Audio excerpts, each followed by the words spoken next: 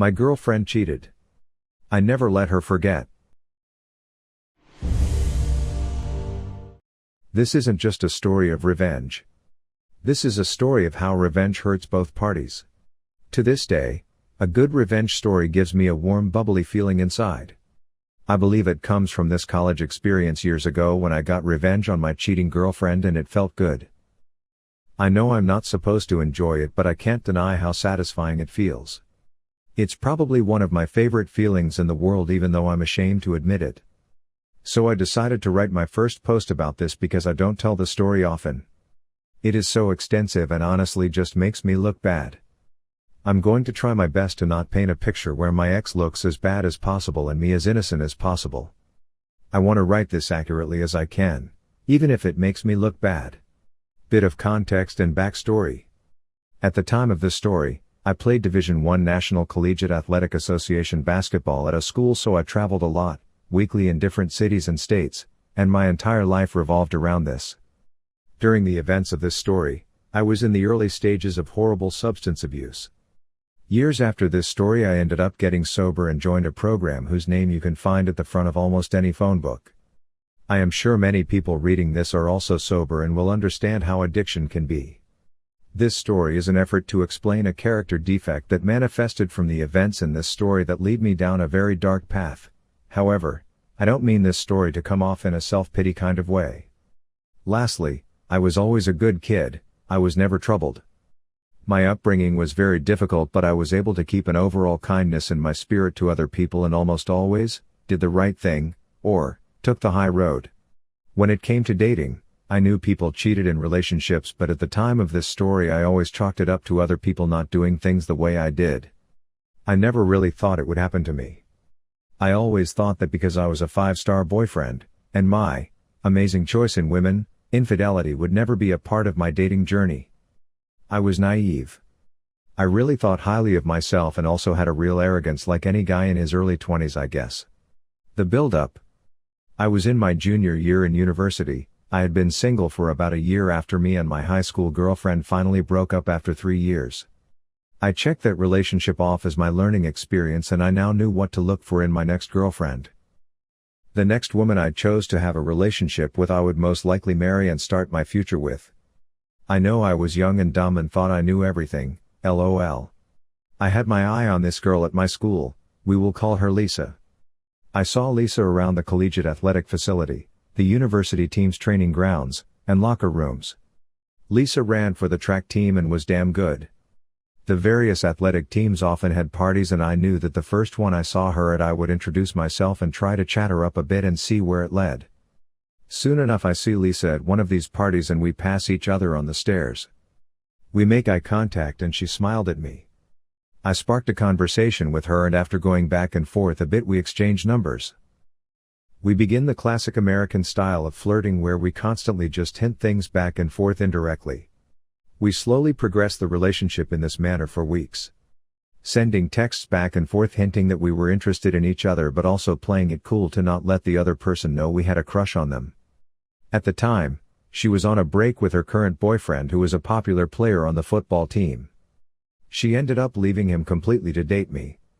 This should have been a red flag obviously, but remember, I had severe hubris. At the time, her leaving him to date me just gave me a superiority complex. I was playing great in sport, and if she was willing to leave this guy for me, then she will never leave me for another guy. I was a freaking idiot. I can't express how much I was into Lisa. I was addictively attracted to her and had that weird feeling of I can't believe my crush is actually into me too. I really was so drowned and blinded by my crush on her I missed so many red flags, but our relationship began progressing really fast. Because of this, I didn't really do a proper inventory on why I liked her so much. Fast forward like 8 months later. We are together officially. Lisa has her own athlete's dorm room, but I was a couple years older than her and was working during the summers full-time, and part-time during school/season, and had my own apartment near campus, and Lisa was basically living with me. She even would stay there when I was out of town, which was like 3 or 4 days of every week because we were in season and the team was flying all over the country. Me and Lisa were deeply in love regardless. At the end of the season, I had planned 2 massive back-to-back parties. One was for my teammate's birthday, Friday night, and then my birthday, Saturday night. They just happened to be one day after the other and luckily landed on a Friday and Saturday night. Me and Lisa got drunk Friday night and had some unprotected sex. Lisa kept a period tracking calendar app on her phone. She was asleep and I drunkenly remembered she always marked down in her calendar when we did it without protection so she knew if she should be worried if she missed her period. She missed her period often because she was an athlete. My inebriated brain thought she should put it in her calendar now because we would forget the next day since we were so wasted. So I woke her up and said, "Can you put it in that calendar because we didn't use protection?" At this point it was like 5 a.m. and we were that 5 a.m. kinda drunk where you're mostly just tired. She unlocked her phone and opened the app and before she could even do it she fell back asleep. So I took the phone while it was still unlocked and proceeded to try and figure out how to put it in her calendar myself. Side note. Throughout our entire relationship, Lisa went through my computer and phone constantly. She was very insecure and always had her suspicions. I didn't care that she was doing this all the time. She never found anything because I never did shady stuff. Ever. Again, looking back at this it's an obvious red flag I missed. Remember I thought this girl would never cheat on me. So this wasn't one of those stories where I went through her phone looking for something and subsequently finding it. In this case I was innocently trying to navigate this damn period calendar while I was drunk and I was not suspicious at all. When I looked at the period calendar app on Lisa's phone, I saw all kinds of little markers on different days of each month. Each marker was a different color so I opened one to see what the color coding meant. I saw that red was obviously symboling her period and then there were also black markers that showed when she didn't use protection. This is when my heart sank into my stomach. This calendar was peppered with black markers. It looked like a checkerboard with only a handful of red pieces left and all the freaking black ones. There were black markers on dates that I was in a different city playing basketball. I proceeded to open all of black markers going back for our entire relationship. We did not do it without protection very often.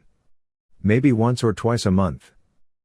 She had written the names of the guys she did it without protection within the notes section of the black markers. There was a total of 4 guys throughout the entirety of our relationship that she did it with without protection. Some months there were almost a dozen of those black markers. Sometimes there were 2 in one day. Looking back on this I wonder if there were more unlisted men that I didn't see because she clearly only kept track of the guys and times they hooked up without protection. In almost every story I hear of infidelity, it involves the discovery of text messages, being informed by a friend, or the classic coming home early and catching your partner red-handed. I, on the other hand, discovered a freaking well-documented ledger of almost every time she cheated and hooked up without protection. Amongst the 4 guys I discovered, one of them was her ex that she originally left to date me. Cheating on me with him was a common occurrence. There was some other unknown guy she was also clearly sleeping with him regularly. The last 2 fellas looked to be just a one-time thing but again like I said, these markers were just the times she slept with guys without using protection, so who knows what the true story was there. I sobered up real quick. I proceeded to look through Lisa's texts and calls and found nothing. However, at the time Android phones had a folder where you can see deleted texts but not the contents of the messages. She had thousands of deleted texts and calls but I couldn't see what they said, but I saw the numbers and did a quick Facebook search and matched one with her ex in addition to something like half a dozen other random dudes. The worst part was I found 2 of my teammates, one guy I was actually pretty close with. I just put the phone down after a few minutes. The evidence was overwhelming. The more it seemed to look at the phone the more my insides began to hurt. I felt so defeated. I can't fully describe the feeling but I'm sure anyone reading this that caught a significant other cheating knows what I'm talking about. I felt so stupid for trusting her and having no suspicions of her. I couldn't stop thinking about how I regretted all the times that I had an opportunity to cheat and remained faithful to Lisa. I felt like an idiot for not cheating on her when I could have. My loyalty felt like a waste. I know it sounds ridiculous and irrelevant to the fact that she was unfaithful. I think I obsessed over that because if I had cheated as well I wouldn't have hurt so much in that moment. All I could think about was how much I was hurt. I would do anything to not feel the pain and embarrassment anymore. Question. Am I the only one who thought this way after catching their partner cheating? I'm curious about this. I proceeded to leave my apartment and go for a long walk. I had never felt the emotions that were coming up and didn't know how to process them. My ego felt like it was literally dismantled in front of me. I wasn't sure what to do and I was too embarrassed to tell anyone. My sadness quickly turned to anger. I knew I was gonna get my revenge, I just didn't know how yet. I was seething with rage and wanted to make sure she never recovered from this. My roommate/teammate and best friend was sleeping on the couch in my living room. We will call him Bono, an Eastern European kid who stood 7 feet tall and was as Russian in demeanor as you can imagine. He also had an equally ridiculous real-life name, hence Bono. Well, Bono called me shortly after I started my walk. I answered and he asked where I was. I asked him to keep this between us, and told him what happened. He stays on the phone and goes into my room and I hear him in his Russian accent yell at her, "Yo B, you cheated on OP." Then I faintly hear her inaudibly say something in the background and him yelling at her to get out of the apartment. After hearing some scuffling, Bono gets back on the line and says, "Yo. She gone, come back and let's talk." I head back home and me and Bono go over what had happened. Things don't get sappy because we are both complete alpha males who both come from cultures where men don't cry, and neither of us really knew what to say or do in this situation. He makes his best attempt to comfort me and says, "Tonight is your birthday, we gonna get wasted and find you some girls." Screw her. I never liked her anyway. Oh, yeah. This day was my birthday. Forgot about that part. Me and Bono go out for breakfast. I am still a little drunk. My phone is blowing up with calls and texts from Lisa. I tell her I saw everything on her phone and can't stand speaking with her or looking at her. She keeps trying to convince me to let her come to my birthday party and I make it clear I don't want her there. She clearly was concerned about exactly what Bono suggested to me earlier when me and him chatted. Lisa's entire reputation and popularity revolved around the fact that she was dating me. I think most people didn't like her in the first place but put up with her because we were together. She knew that if I acted single at my birthday party and she didn't show up, everyone would know something was askew. I think Lisa was more worried about being embarrassed than our relationship. I don't remember much of what happened that night since one of my friends had sent me a little package for my birthday from California filled with some really good weed, hash, moon rocks, some pills and the devil's dandruff, and I proceeded to do a glorious swan dive into an intoxicated oblivion. All I remember is sitting on my chair at the pregame for my party. There were 2 girls sitting on the arms of the chair and I still have a photo of that moment and I remember it vividly. We were preparing to head out. I had a few tables downtown at a popular nightclub. Abusing substances was the only thing that made me feel normal.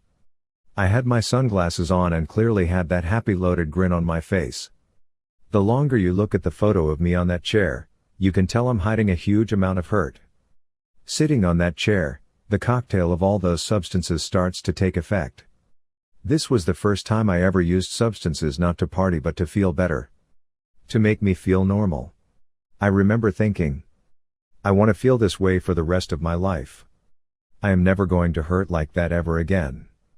When high, I have control and no one can hurt me again. Oh, how ironic that turns out to be years down the line. I told my teammates and friends that I and Lisa were done when they asked why she wasn't at the party. I didn't tell them why though. I also didn't show them that I was affected by it in any way and just played it cool. I tried to focus everyone on the party ahead of us. The revenge. So this is one of those revenge stories where it was only half planned. I knew I wanted to get revenge on Lisa for hurting me so much. But I kind of just improvised as opportunities came up. My original kind spirit had died on my birthday on that chair. All my morals went out the window. I never cheated in relationships, therefore I believed I would never get cheated on. I realize now how dumb that is, but that's what I thought at the time. I didn't care what collateral damage I caused as long as my mission to hurt Lisa as much as possible was accomplished. So continued every day of my life with this new selfish mindset. I was sitting at my computer later that next week skimming Facebook when I saw the profile of one of her track teammates on my feed. That's when I had my first vengeful idea. I decided I was going to attempt to get her teammates to bite the bait that I was about to cast out into the water. Though I didn't have proof she hooked up with my teammates, She was clearly trying to hide conversations between them. So I was going to see how many people who are close to her I could passionately hug. Luckily I had more options than she had when cheating on me. A women's track team is much larger than a men's basketball team. Also much better looking. Lisa's teammate I originally spotted on my Facebook had a boyfriend, but I thought, clearly everyone cheats, let's see if it's true. I proceed to do the little flirty social media dance with her.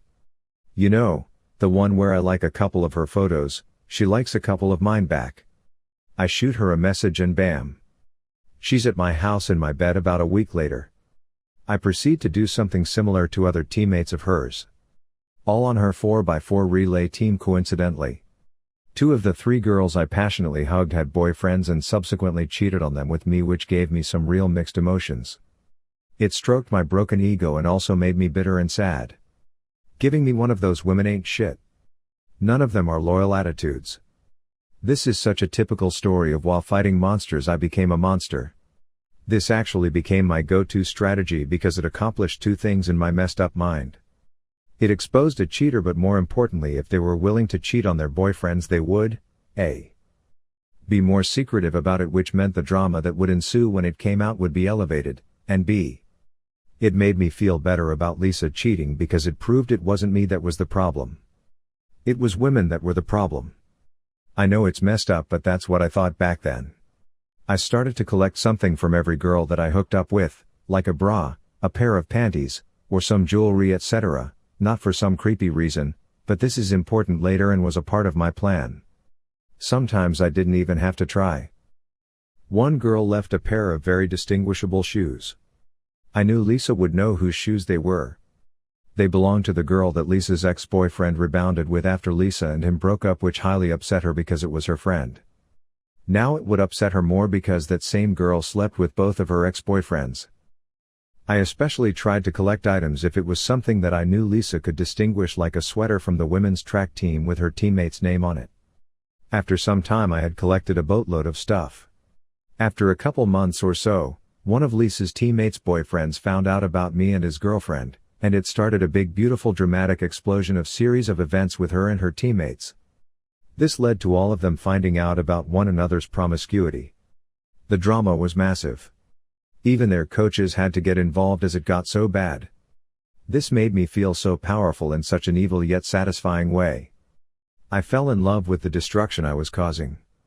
The most awesome part about all of it was that same week, the athletics PR team had put massive posters of me all over campus promoting the next game.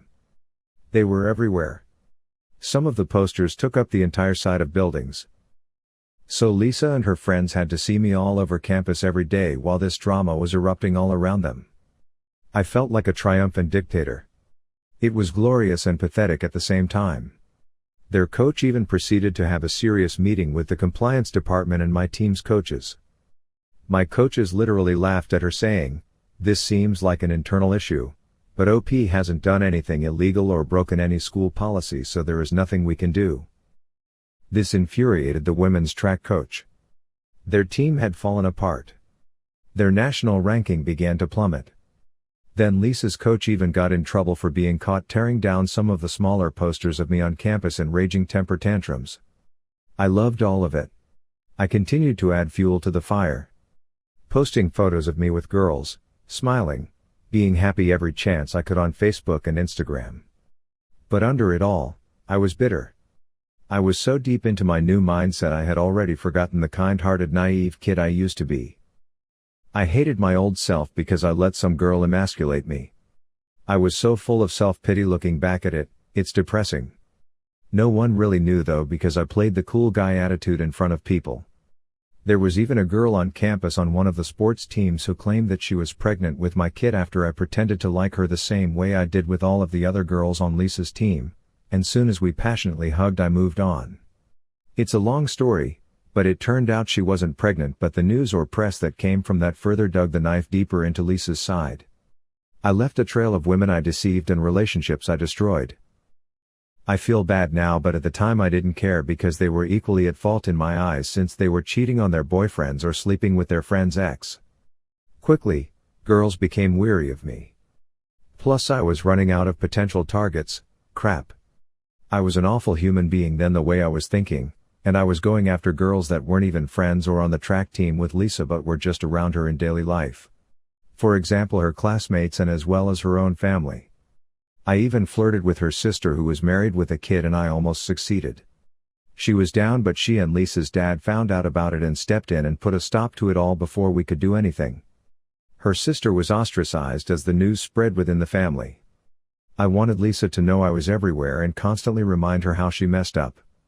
In my eyes, this was all her fault and she unleashed this fury of chaos upon herself. She should never have messed with me like that. Lisa had to take an extended medical leave because of her depression and mental health issues she was experiencing from the whole situation.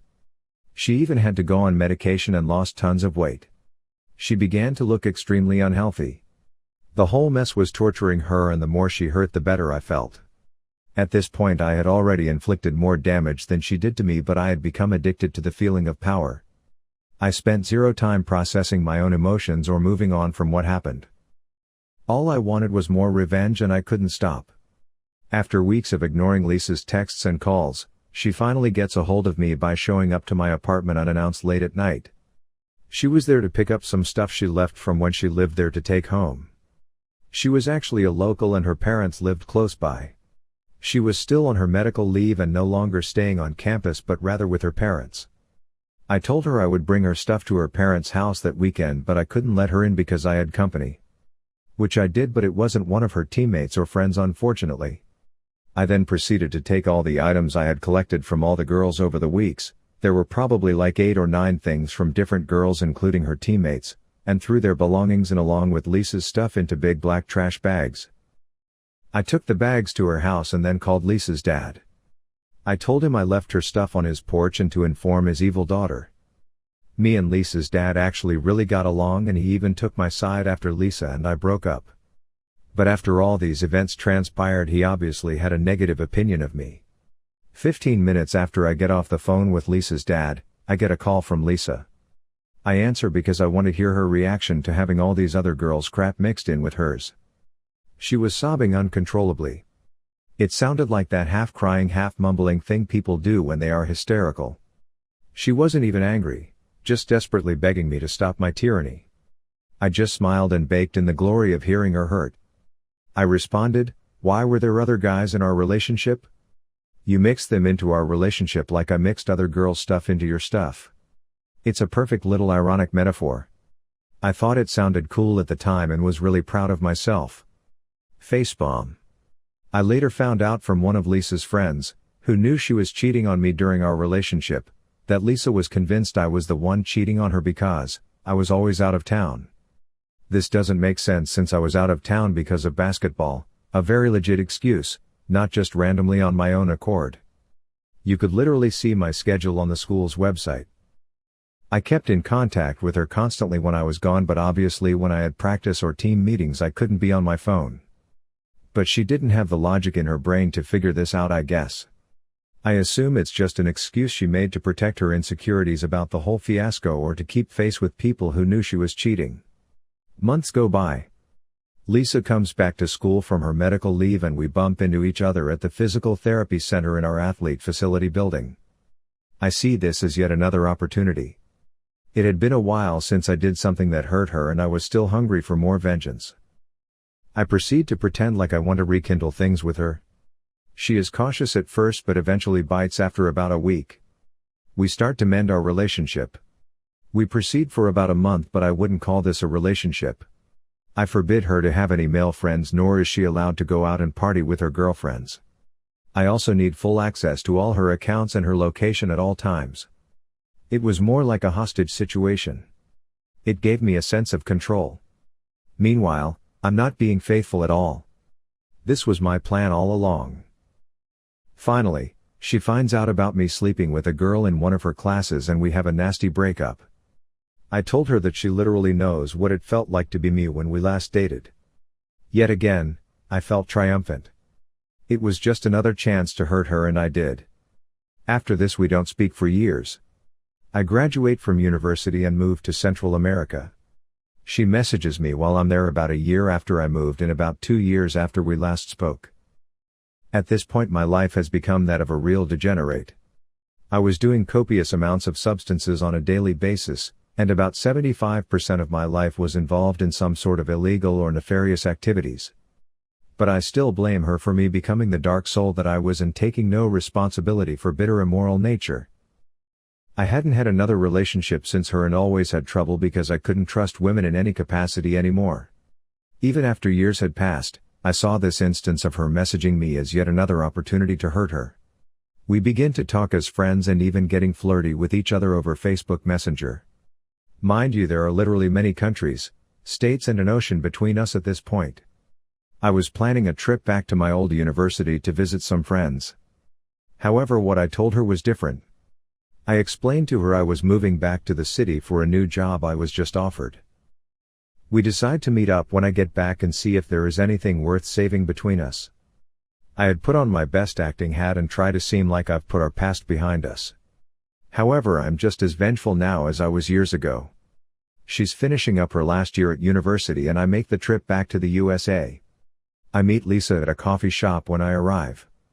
We spend the entire night together. From her point of view, it really looks like we had moved past our differences and what happened. We could actually work things out. However, I'm not moving back obviously like I told her. I am only staying 2 nights. She doesn't know this. After hooking up a few times and spending 2 days together, without mentioning anything to her about me leaving, I pack my things and get back on a plane back to Central America. I blocked her on all my social media and communication outlets. This time I could only fantasize about what happened to her when I disappeared after she thought I had moved back and supposedly was ready to give our relationship another try. This time, however, it wasn't as satisfying as my previous plots of revenge. My substance abuse habit and lifestyle only got worse every year. 3 years later I was hospitalized and almost died because of my extended substance use. I was never sober a full 24 hours after that day that went through that freaking period calendar. Looking back, as much pain as I might have caused her with my vengeful life, my new identity that consumed my old one was so tainted with a dark spirit at heart. I think I honestly did more harm to myself with my actions and led me down the road where I had no morals anymore. Though I spent the entirety of this story telling everyone how I kept getting revenge on my ex for cheating on me, as satisfying as it was, I wish I would have spent an equal amount of energy healing myself from the incident. If anyone reading this is experiencing the pain that comes with cheating, a good revenge story can bring you some satisfaction, but I hope you don't make the same mistake I did. Rather spend more time healing yourself from the hurt and moving past it. The revenge won't heal you. It will be a separate journey but could distract you from putting yourself back together. Luckily I got sober and have been for 4+ years. I even had another girlfriend of 2 years cheat on me before I got sober, but this time I didn't take revenge. I spent my time healing. I changed and only focused on myself, and that was way more satisfying than the revenge I got on Lisa for cheating on me. Now I'm married almost 2 years to a woman who is sober, and man, do I have a good life. I have a dream job and a dream marriage. Thank you everyone who read this. Mostly what I hope to get from this is to share my experiences doing horrible things but feeling an immense satisfying feel from it where it's almost addictive.